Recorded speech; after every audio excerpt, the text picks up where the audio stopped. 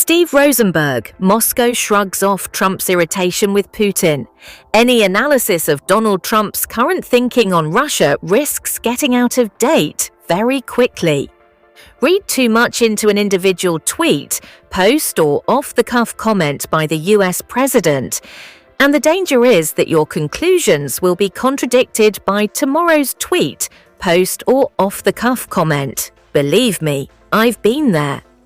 As today's edition of the Komsomolskaya Pravda newspaper put it, the US president blows hot and cold. He changes his mind on key issues as easily as he changes shoes.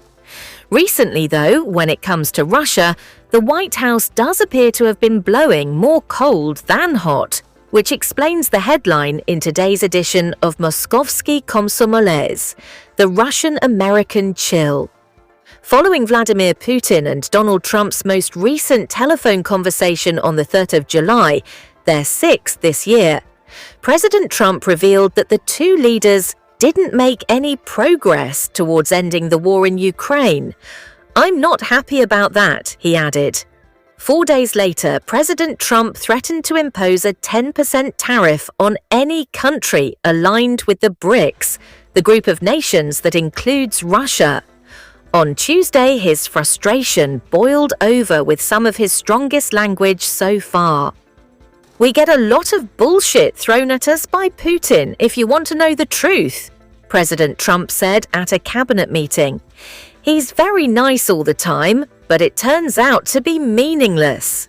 Today, I asked for the Kremlin's reaction. We are pretty calm about this," Vladimir Putin's spokesman Dmitry Peskov told me on a Kremlin conference call for journalists. "Trump's way of talking is generally quite harsh. We plan to continue our dialogue with Washington to mend our broken bilateral relations. We hope that Trump and his team will continue their efforts to get the peace process back to the realm of diplomacy." The Kremlin was trying, at least, to sound diplomatic. The Russian press, it wasn't even trying. In Komsomolskaya Pravda, a political pundit accused Donald Trump of an absence of geopolitical achievements. The tabloid Moskovsky Komsomolets wrote about President Trump's mercurial temperament, his propensity for sudden moods and chaotic changes of direction. This week's edition of Arguments and Facts mocked Donald Trump over Elon Musk's New America Party. Now, every time the US president says, "Make America Great Again," he'll be inadvertently promoting Musk's party, the paper wrote. This is a sea change from the previously positive coverage in Russia of the Trump administration.